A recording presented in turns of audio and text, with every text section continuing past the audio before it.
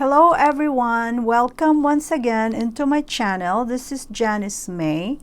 Today's tutorial is how to glaze tiny round paper beads such as this.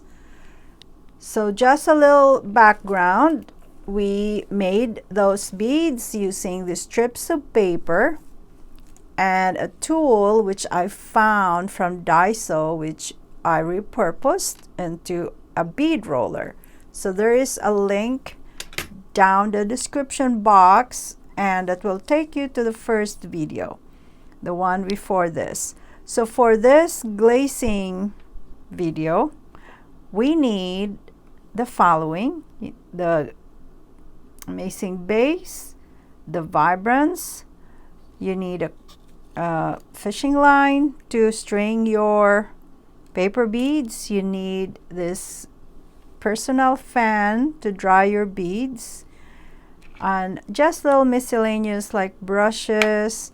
I just use this, which I also found from Daiso. It's a little chopsticks for kids to pick up something so I don't have to dirty my hands. Somehow I do not like using the gloves because it seems like my hands doesn't work very well. I don't know about you. So that, and most importantly, for these tiny beads, we need this kind of straw. I'm going to cut them into pieces like this, like 1/2 inch, to put in between as a spacer when we're glazing the beads. So this straw, as you see, is tiny holes, and it's kind of like flat. I got this from Subway. They're the only ones who has this kind, because if your beads have really tiny holes, if you're using just straw or beads, they can just stick to each other. So this, I think, would be perfect. So first we need to cut this up. Now I cut those up. This is just like one straw, or should I say this is a coffee stirrer, and we need to string them into this fishing line, and then we can start glazing.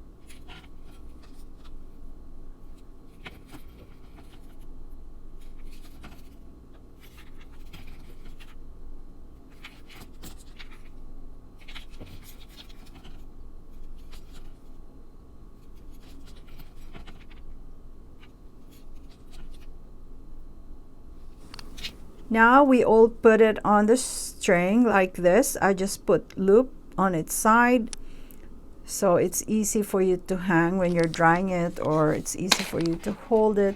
Look, it's pretty as it is.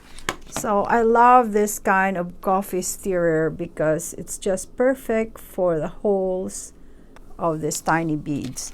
So now first we need to dip it into the Amazing Base.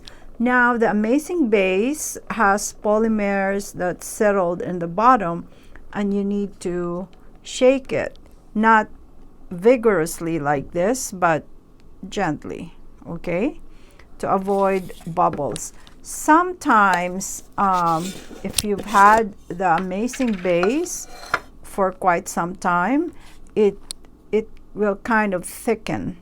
So when it does happen, like, let's just pour it all here. When that happens, this one is okay, but I just want to show you. You can then mix it with water. Okay, the Amazing Base, it's okay to mix with a little water so that it doesn't clump. So I'm just gonna take this and mix, mix, mix. So now we're ready to dip this. Like so. So for just about like that, 3 seconds or so. And then you can put it in this paper plate just to take off the excess. Okay. Now that's mixed with water, it just comes off easily. I mean, it rolls off the bead easily. So then you need to just, if you have a little hanger thing, or if you just want to hold it like what I would normally do in front of the fan.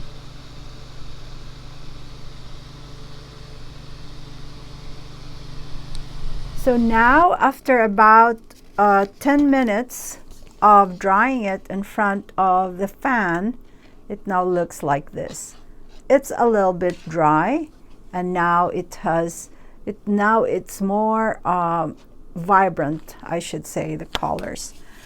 So we need to now dip it into the Vibrance. So this was dipped twice in the Amazing Base, and now we will dip it into the Vibrance. And we need to put our fan on. Put it here.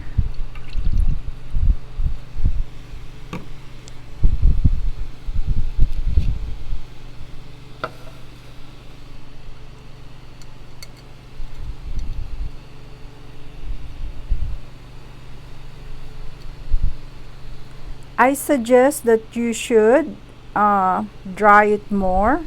Dry it in between dippings, like really well. But for the purpose of this video, since we don't have time, always in a rush,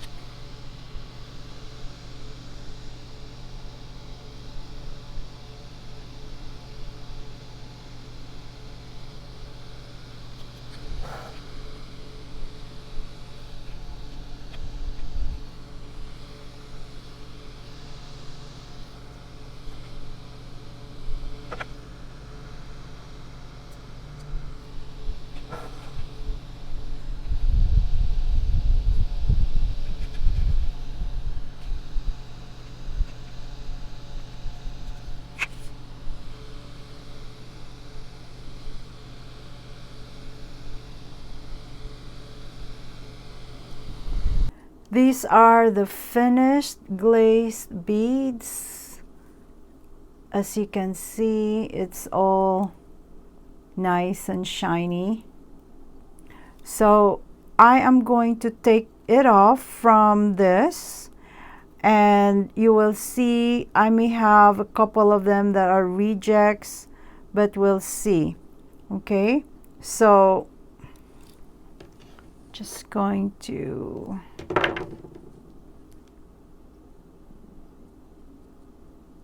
cut it off. No, that's not the right one. Okay.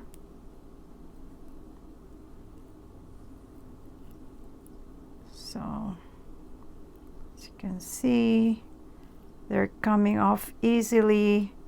They're not really sticking to the straws. Okay, let's do this. So these are the beads at the bottom, and this may become a reject.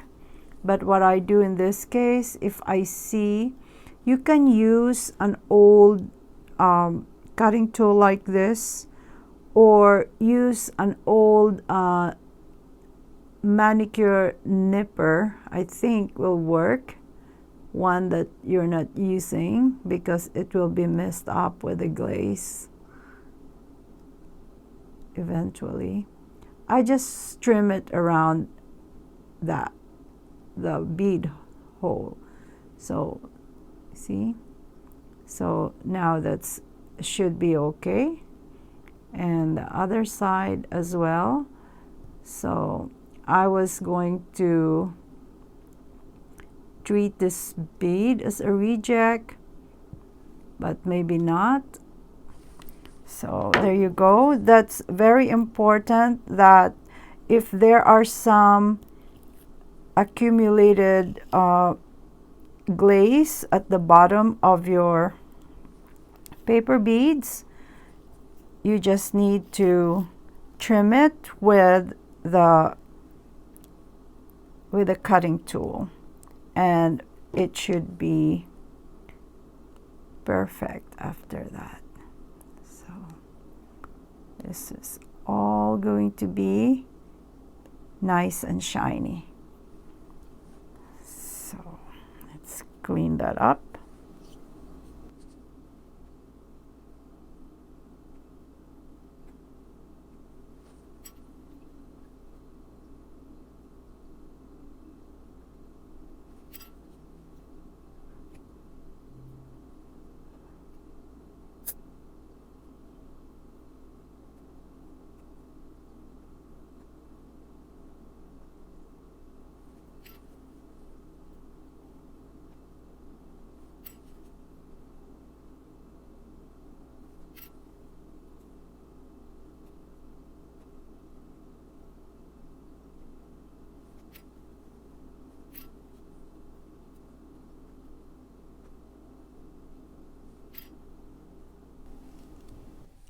So here are your finished beads, all shiny and glazed and water resistant, ready to be made into something beautiful.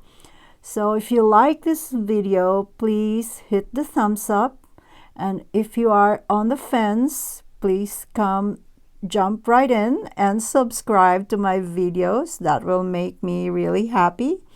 And to see this made into a jewelry, maybe this is going to be bracelet, earrings, or even a necklace, please check out my Facebook page, Facebook/Paperbeads.